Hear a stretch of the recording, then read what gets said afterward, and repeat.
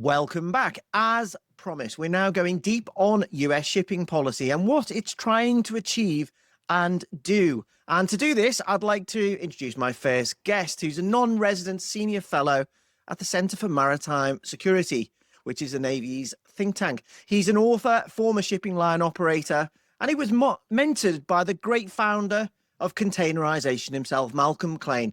John McCown, welcome back to the Freight Buyers Club. Very pleased to be here, Mike. Great to have you on. And he's joined by, I was thinking, how am I going to describe him? I think it's going to have to be one of the breakout stars of shipping media as the creator of the rather addictive and very charismatic What's Going On with Shipping YouTube phenomena. He's also almost gets forgotten, I think, occasionally, a renowned maritime academic and a historian at Campbell University, no less. It's Sal Mercogliano. Welcome, Sal. Mike, thank you for having me. I'm excited to be on. Me too. I know from speaking to you both previously that at heart you guys want what's best for US shipping, for US mariners, for the US industry and the US economy. So I wondered, just to kick off, could you perhaps briefly first explain what you think this Trump administration is doing right and where there's room for improvement? And I just want to throw some context in for watchers and listeners. On April the 9th, the White House issued an executive order called Restoring America's Maritime Dominance. It aims to rebuild the US commercial shipbuilding sector and maritime workforce. And following that, a number of action plans are in progress. All this designed to strengthen the US maritime industrial base. So, Sal, do you want to kick us off? Yeah, I think it's hard to understand from outside the United States. I think one of the things that's been going on for 40-something years has been just a batch of sea blindness in the United States, particularly on the commercial side. The U.S. has become enamored with the naval side, and having a big Navy and a large kind of capabilities to support a Navy has been really the focus. And what we have basically done in the United States was outsource our commercial shipping overseas. Ships were built overseas. We allowed foreign companies to basically take up the onus. And I think now there's kind of a little bit of a realization that not that the U.S. wants to take a dominant role by any means, but it really wants to take back some position within U.S. shipping and world shipping. And so one of the things we're seeing here is a variety of issues. You have obviously the tariffs that you've talked about extensively, but we also have a proposal by the Trump administration to get shipbuilding back going, commercial shipbuilding, through an executive order, and a shop opened up in the National Security Council. We also have the introduction of the SHIPS Act. This is by Senator Mark Kelly, the only member of the U.S. Senate who's a merchant mariner himself, along with Senator Young. So it's Republican and Democrat together doing this. So very bipartisan. And I think what we're seeing is an attempt by the United States to really start shifting back and start rebuilding that commercial infrastructure, because in a way, it also helps the Navy side. One of the problems is being so dependent on Navy contracts and U.S. shipyards. It's really diminished our ability to be very efficient. And so, yeah, there's the overarching issue of China and the dominance that China shows throughout the entire maritime sector. But still, I think the U.S. wants to get back into a position where it can once again be a player in world shipping. John, I presume you agree that it's great having US shipping front and center with this administration. I mean, how do you think they're going about it? I certainly do, and Sal's completely right. We need to, there's a renewed focus on what we need to kind of do to kind of build our merchant marine, and I'm all for that. I think the focus should be on getting additional U.S. ships, and billets, places for our graduates of our Kings Point and state maritime academies, and the important role of sea lift, and all of that is kind of coming to the fore, and it's great to see the focus on our industry, and it's been building for the last few years. Frankly, a lot of it's related to China, and there's just a realization that we've got a real Achilles heel from a national defense standpoint in terms of not having enough sea lift capacity. So it's a great to see the focus, on growing our merchant marine at the top. And John, the executive order, the Restoring America's Maritime Dominance, it does cover quite a few areas. I mean, Do you think it's covered all the areas it should cover, or is there bits missing or bits that aren't complete? Well, it certainly, as you read the order, it's the ambition is quite bold, and it in particular seems to have a shipbuilding focus, and I would love to see U.S. built ships operating in international commerce.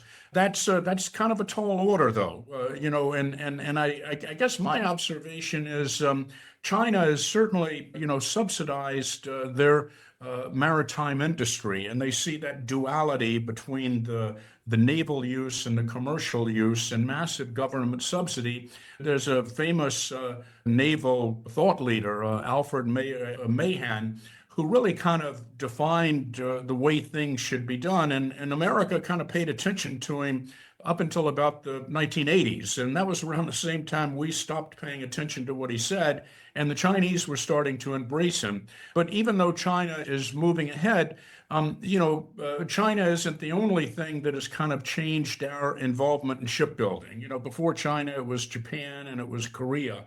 So I understand the focus on the area. I again, as I said earlier, my focus or my highest priority is how we can get ships, operating under U.S. flag wherever they're built. Our merchant marine has really declined to where it's mostly the Jones Act and the vessels that are subsidized under the Maritime Security Program or the Tanker Security Program. And I think programs like that are great, but I think there's more that we can do to have really a consistent and durable source of funding so that we have more U.S. flagged vessels, again, wherever they're built, operating internationally. I'll come back to that U.S. flag fleet because it is quite important to where this is all going, and so is the Jones Act, in fact. But just on one of those points, and Sal, feel free to come in here. We're talking about this as part of this possible existential struggle or for power with China. One element of the executive order talks about getting allies to invest in maritime prosperity zones and helping rebuild U.S. shipbuilding capacity. I mean, really, certainly in container shipping, we're talking about Japan and Korea.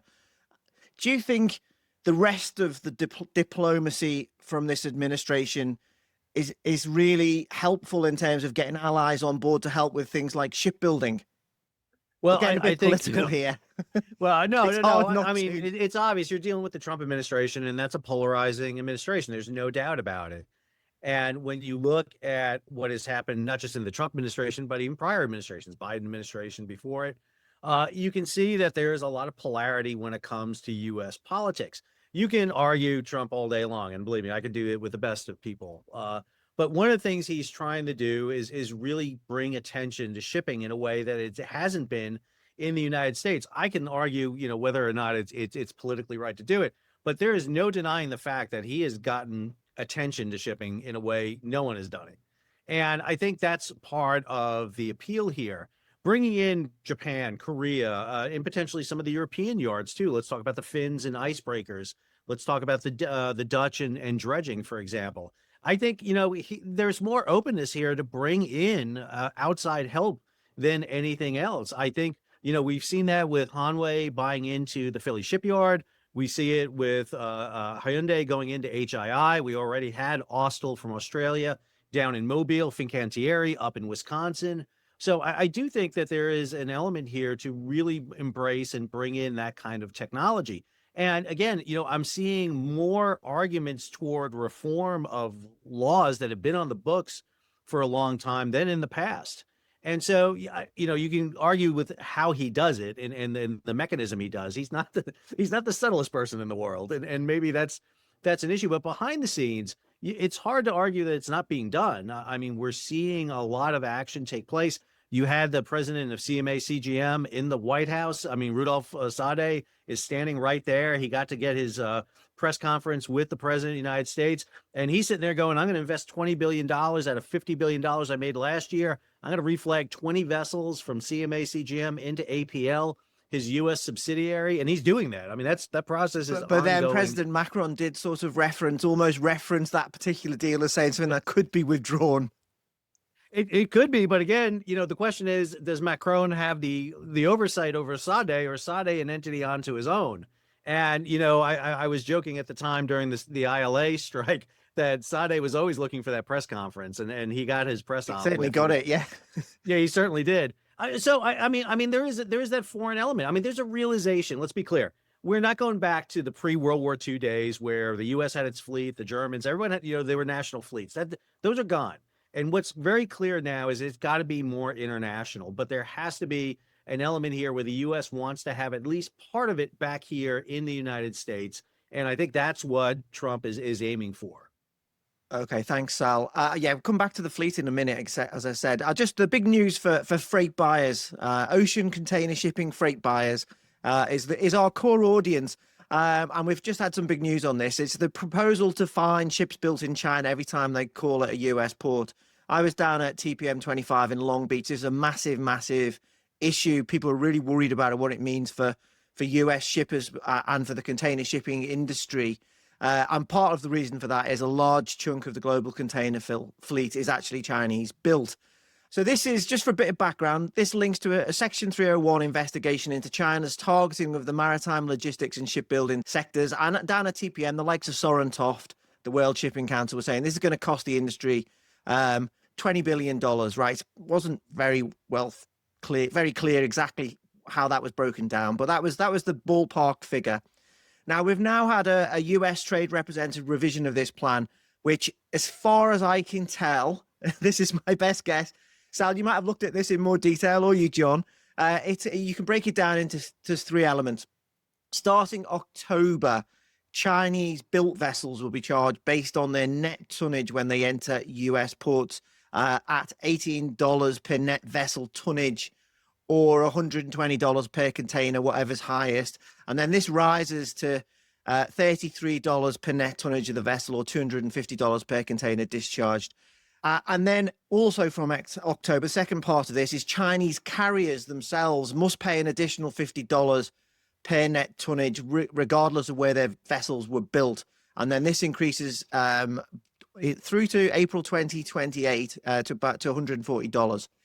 And then the third part of this is box ships under 4,000 TEU or ships doing voyages of less than 2,000 nautical miles will be exempt.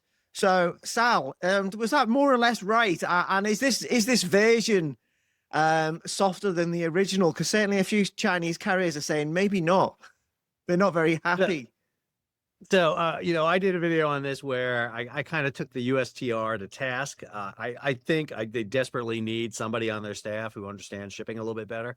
Are you putting your name forward there, or John's? No, it's all right. I'm good. But, the initial, I was with you. Soren Toft gave that talk at TPM. It's like, it's the end of the world. This is going to be horrible, because the initial, it looked like we were talking about several $1 million every time a ship touched a U.S. port.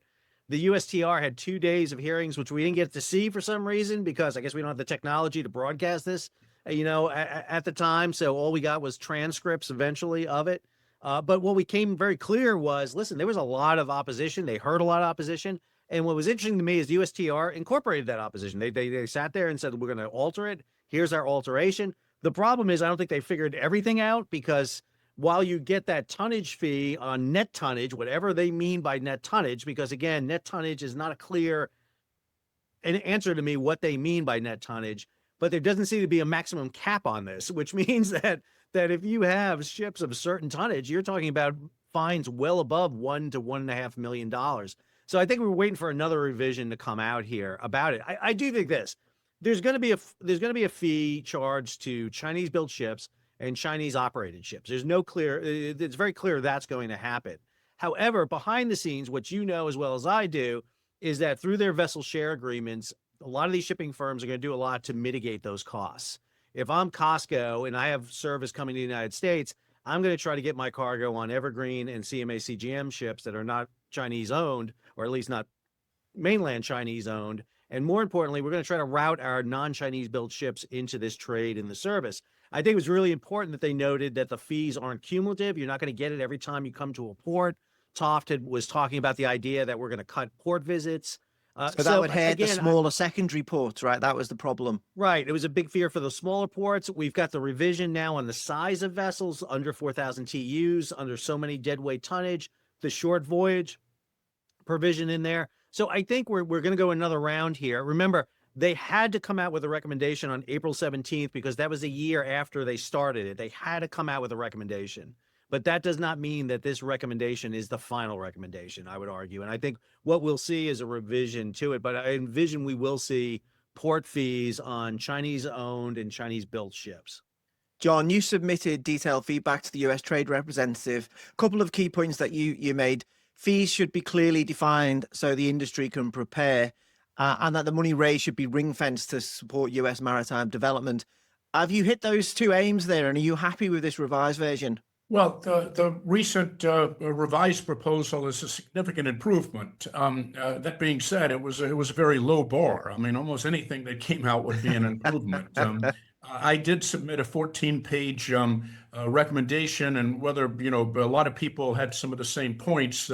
They took away some of the worst things. One of the worst things that I pointed out was that this fee would apply to empty ships that are coming in to load U.S. exports. So that's been exempted. They don't have the stacking, of multiple fees and the per port thing. That being said, it looks like the fees are a little bit worse for the Chinese carriers, and it's really ships wherever they build. The use of net tonnage is kind of particularly puzzling in container shipping because net tonnage is a measure of the interior space of a vessel. Half the containers on the typical container ship are on the deck. So that's not even included in net tonnage. My speculation is they didn't want to call it per TEU because that made it automatically transparent and what the carrier would pass on. Make no mistake about it, the carriers will be passing on all of these costs. And the fact that it's kind of not as clear what the cost is, that lends itself to more than all of the costs being passed along. The simple math that I've done, even though the case in the case of the non-Chinese carriers, that it's the higher of, it will always be the net tonnage because the figures that I'm familiar with show that net tonnage will always be more than that per container amount. The rough math tells me that a big vessel coming in based on net tonnage, I'm talking about the Chinese carriers, will be paying $8 million, each voyage. And they're going to do a fair number of voyages, easily do 10 voyages if you're in a Asia to West Coast service. So that's 80 million. Obviously, that ship will not be competitive. And so what is going to happen, it's good that they didn't have the per port thing, which would have just jumbled up all of the U.S. ports. But there's nothing that I see that is going to stop somebody from now diverting immediately to Canada or Mexico. And that's what I would expect all of the Chinese carriers to do. So you're going to be taking away rather significant volume from the dock workers. You're going to be adding cost. So that's not a good thing. Some of the terms are because it's not as complicated, it's not as fuzzy, but even the term of operator. I mean, I found myself thinking, the Ocean Alliance is Costco, good point. OOCL, Evergreen, and CMA CGM. Well, if Costco's moving their boxes on those other carriers, is that, under one interpretation, somebody could say, well, that's kind of a Chinese carrier. So, that needs to be tightened up. So it's certainly an improvement, but it's a major additional barrier. I quite frankly view it as nothing more than a blunter form of tariff, and all of those costs will be passed on to shippers, and shippers will pass on all of those costs. We can't avoid that T word, can we? There's no escape. I'm going to throw another one at you. There's also transshipment options, certainly on the East Coast anyway, which could help avoid some of these. And yeah, the alliances partners can move around it. But you're both seem to be in agreement. This is going to mean higher costs for US shippers. Significantly higher cost. And the big unknown really in terms of the metric of is it going to be massive inflation, between this and the tariffs, which are bigger, or is it just going to put a real dent in volume? And quite frankly, I don't think anybody knows for sure. I do think, I feel comfortable we'll see a dent in volume. We're not going to really see that initially probably until May on the West Coast, and probably not even until June on the East Coast, because well, this is more the impact of the tariffs. The ship fee program isn't going to do anything until October, so who knows what may or may not change. But the tariffs have already gone into place, and as I understand them, the tariffs, the effective date, was when it was loaded, at the last port prior to coming to the U.S. So we'll probably even see maybe a little bit. I'm sure there was a little bit of a bump in terms of whenever it was April 9th, in terms of loading as much as you can to vessels in China. But that 145% tariff, I can assure you, is going to kind of stop trade and immediately, until people figure out what's going on. And China is the source of 40% of our inbound boxes. So it's going to be a pretty big effect, I think, both in terms of volume and in terms of inflation. I've been covering the container shipping industry for many, many years. I can't, every so often we talk about, oh, well, maybe we'll front load from ahead of this, US West Coast dock worker strikes or something.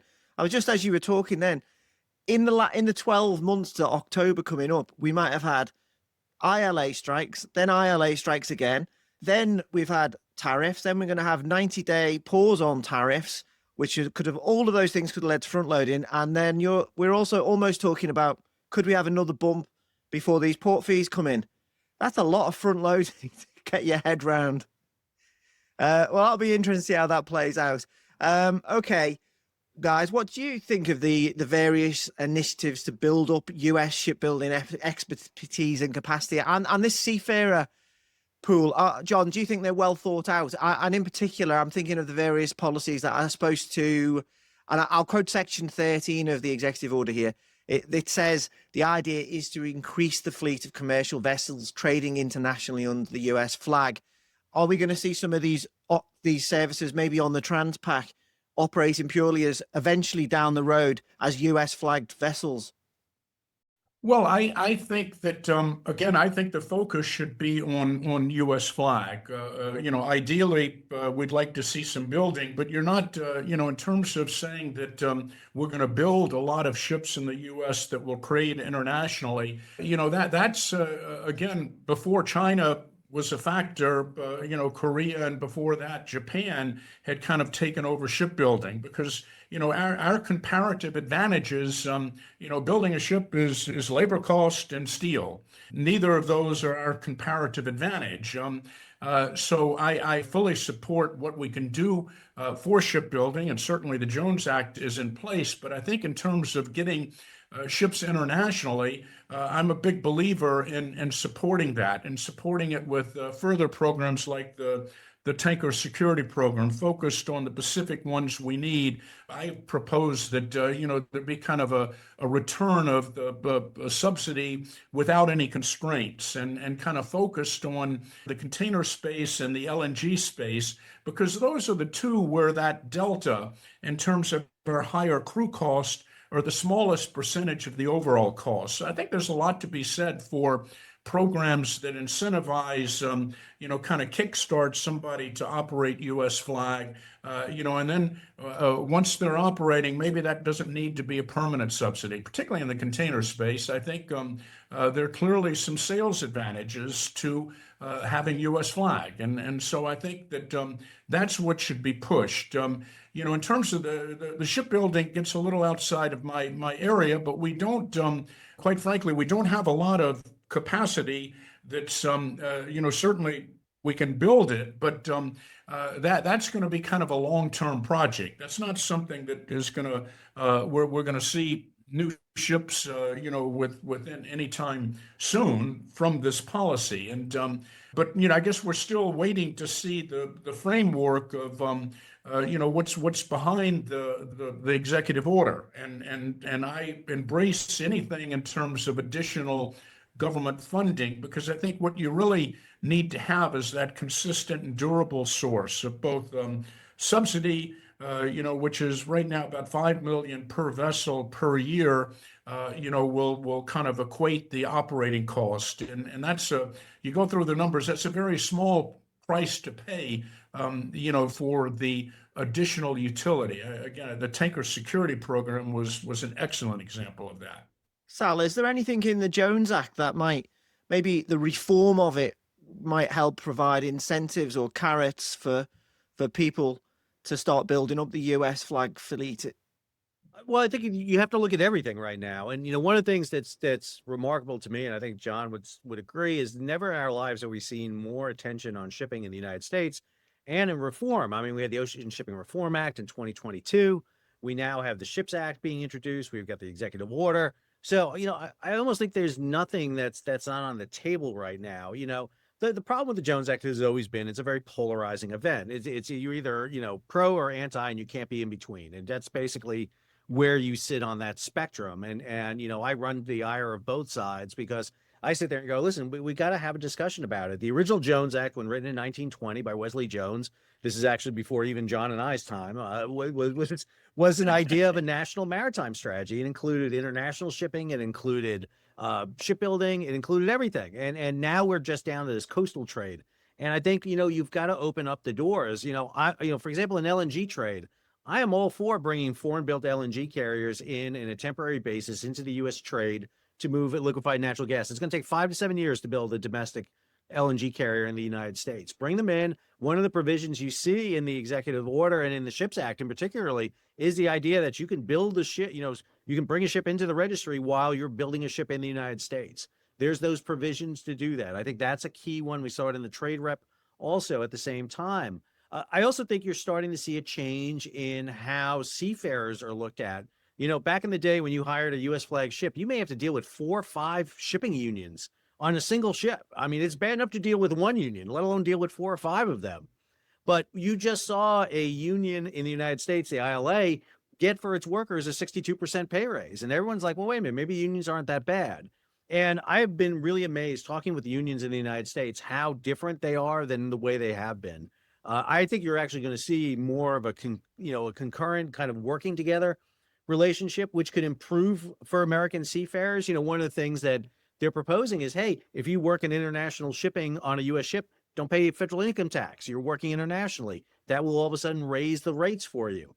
There are things that are being done that's I would say everything is open right now. I think the Jones Act is open. There's obviously sacrosanct in some areas, but I think if you can come in with reasonable ideas, that's key. One of the big things I always talk about is this idea: repeal the Jones Act and you fix all the problems. That's not going to happen. That's not the solution. You need to come up with substantial reforms to fix it. And so what we really need is reform. We need reform of it. We need a national maritime strategy. What you're seeing right now out of the U.S., and which is confusing to everybody outside the United States, including some of us in the United States, is you see all the pieces of a maritime strategy, but they haven't really congealed together into one coherent strategy. We got all the different pieces, but what we're waiting for is for someone within the administration or somebody to really take the handle of this, take the reins of this wild horse show and get it a little bit under control.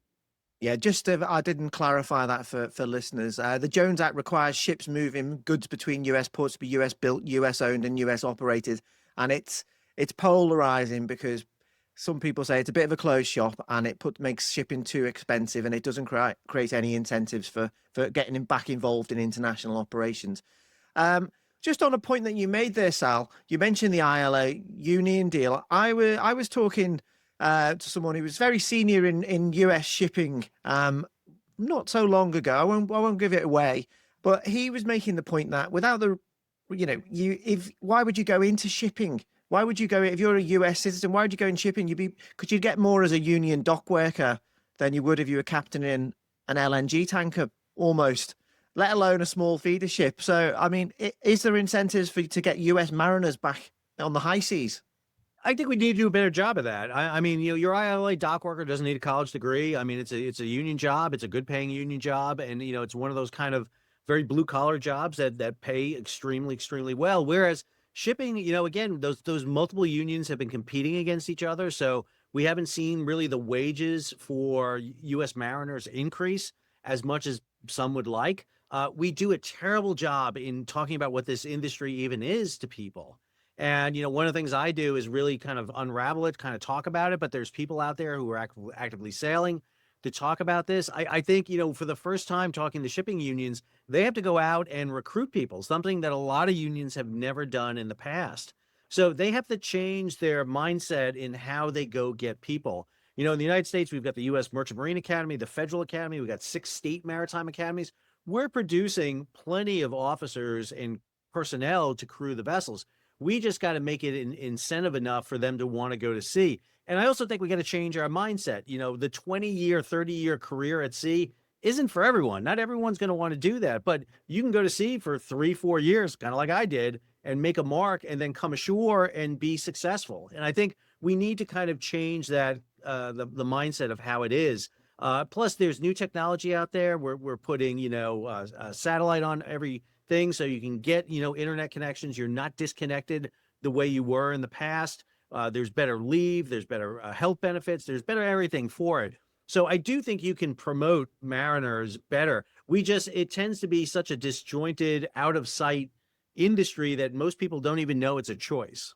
Quick final round then, guys. Thanks for that, Sal. And I would urge anyone out there to check out his channel because it does really make shipping very accessible for people, as well as being very detailed and factually correct.